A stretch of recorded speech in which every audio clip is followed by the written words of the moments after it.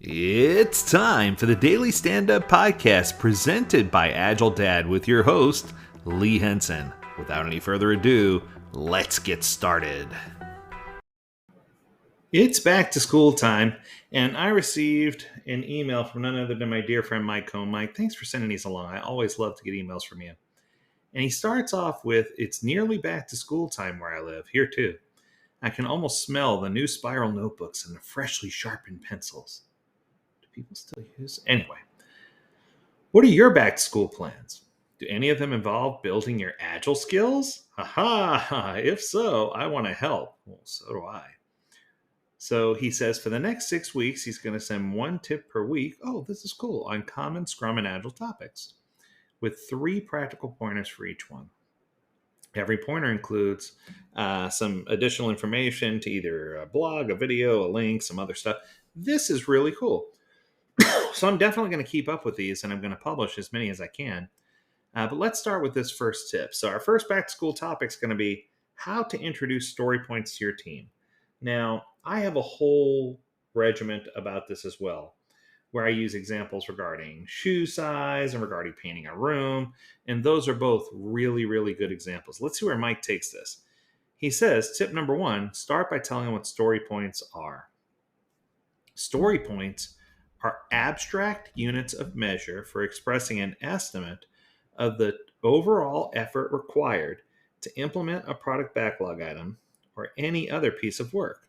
With story points, the raw values are meaningless. What matters is the ratio between the numbers. Let's pause there for a second. So there are two words here, and I'm being real nitpicky. There are 2 words here that drive me crazy that he used here. And this is me getting super duper picky. The first one is overall effort. Anytime you say the word effort, people automatically like to equate that to time. And I think it's just a human psyche thing, Mike. I don't know what it is. But people, when they hear the word effort, they automatically think, oh, well, it'll take me this much effort, but it'll take this other person this much effort. So a lot of times they just draw that synonym. And lots of times that forces teams back into thinking of time related or time based estimates. So for me, I like to stay away from the word effort. So for me, I might say story points are an abstract unit of measure for expressing an estimate of the overall complexity required to complete a product backlog item, or any other piece of work. And if complexity doesn't work, the overall size of that work. The reason why I like to use the word size is because this reinforces like a t-shirt size or a dog size or an animal size or a dinosaur size, whatever it is they want to do. Because then if we're comparing size, the example I use of painting a wall is that the wall size may not change, but the skill of the painter and the tools that they have and the number of years experience they have painting all play into how long it's going to take them. So size isn't a direct reflection of how long it's going to take, more so than the size of the wall doesn't change. But to the point of using walls, which is kind of fun, if I have a group of painters painting or a team, if I start the least experienced painter on the most difficult wall, the most experienced painter can knock out all the easy walls and meet the least experienced painter to assist. If I start the least experienced painter on the easy walls and the most experienced painter on the difficult walls, they'll meet somewhere in the middle. The point is they'll still get the same exact number of walls painted. It'll just be by different people. So for me, when I think of story points, the very first thing I say when I explain what story points are is I agree with the fact the raw values are absolutely meaningless. That's why I use t-shirt sizes or dog sizes or dinosaur sizes. I want it to be as meaningless as possible. And the other part that kind of bugged me is just the ratio between the numbers. I tend to not use numbers. And the only reason I stay away from numbers, Mike, is because when I use numbers, I feel like a number must be associated with value. So if somebody just told me, hey, I've got 3 for you, first words out of my mouth would be 3 what? 5 what, right? Are you talking about dollars? Are you talking about minutes? Are you talking about people? It's just there's so many different ways to interpret numbers that I try to stay away from numbers. So let me go through that definition one more time and just modify it briefly. So a story point is an abstract unit of measure for expressing an estimate of the size required to complete a product backlog item or any other piece of work. With story points, the raw values are meaningless. What matters is the size of the bread box, not how long it takes you to do it. There you go. And I think that makes sense that way, right? Because I want people to really dive in and focus on size. Okay, number two, tell the team the main benefit of story points. Mike goes on to say the main reason to use story points is that they allow team members with different skill levels, there we are, to communicate about and agree on an estimate, because with story points, it's all relative. And I think that if you start talking about relative sizing and using sizing as often as you can, people understand that a story point is a unit of volume or a unit of measure, not a unit of time or a unit of complexity. And I think if you start to really, fan that out, it makes sense, right? And he goes on to give this example. He says, suppose you're a classically trained French chef. I, on the other hand, struggle to boil water. Well, I'm not in that position. We're not going to chop an onion in the same amount of time. The chef will always be faster. So if I had to tell someone precisely how long it takes to chop an onion, the two of us would never agree on a number. That's a simplified way to look at it. But if we're using story points, and because we don't have to agree on a precise time. We just have to decide the relative effort to take to chop an onion. So let's imagine that we decide chopping an onion is a 2. It's not the easiest thing that we could chop, but it's also not too difficult. From there, we can ask ourselves, how does chopping a pineapple compare to chopping an onion? We decide it's about 2 times more effort to get a pineapple peeled, cored, and diced, so we agree to call it a 4. Okay, let's stop there.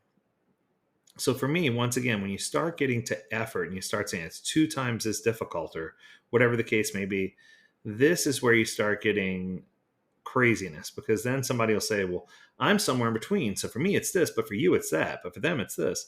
And it just creates this line of confusion. So for me, I like to use the size of a wall, the size of clothes. The size of clothes doesn't change, but the amount I eat does. I might fit in different clothes this week than I do next week.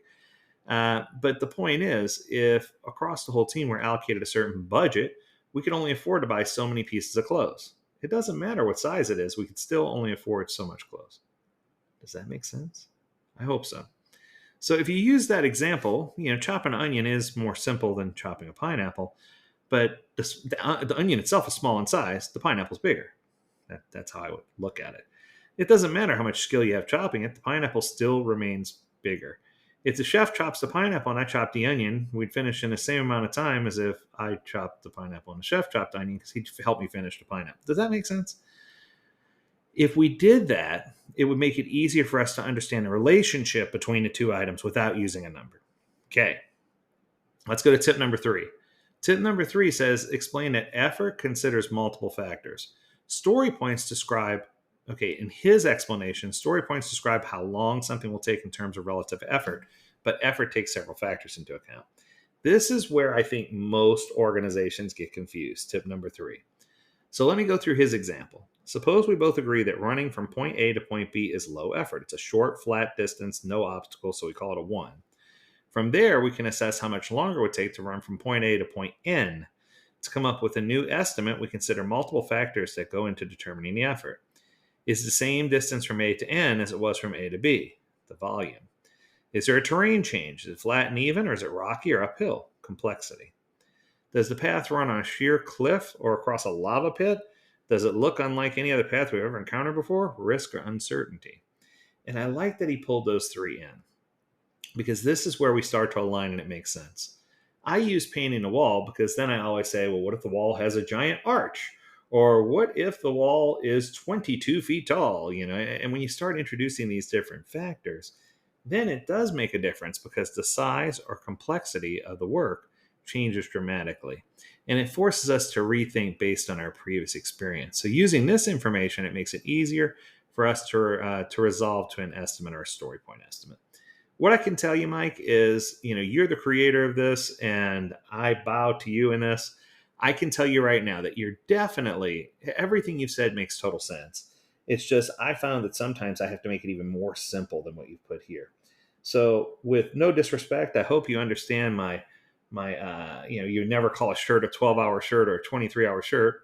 You would call a shirt by its size. And likewise, you could call a wall by its size or a story by its size. But it doesn't mean that it's going to take the same amount of time for each person to do it. That would be silly. But if we take all the items that we have and figure out how many of those we can complete during a sprint, it's going to wind up being the same number of story points if we map t-shirt sizes back to numbers using the Fibonacci sequence. So I hope that first one was helpful for you. Thanks, Mike, for the wonderful email. If you have a topic you want us to discuss, feel free to reach out to us. Learn more at agiledad.com. We'd love to hear from you. And as always, we encourage you to stay healthy, stay well, and stay agile, my friends. Until next time, do take care.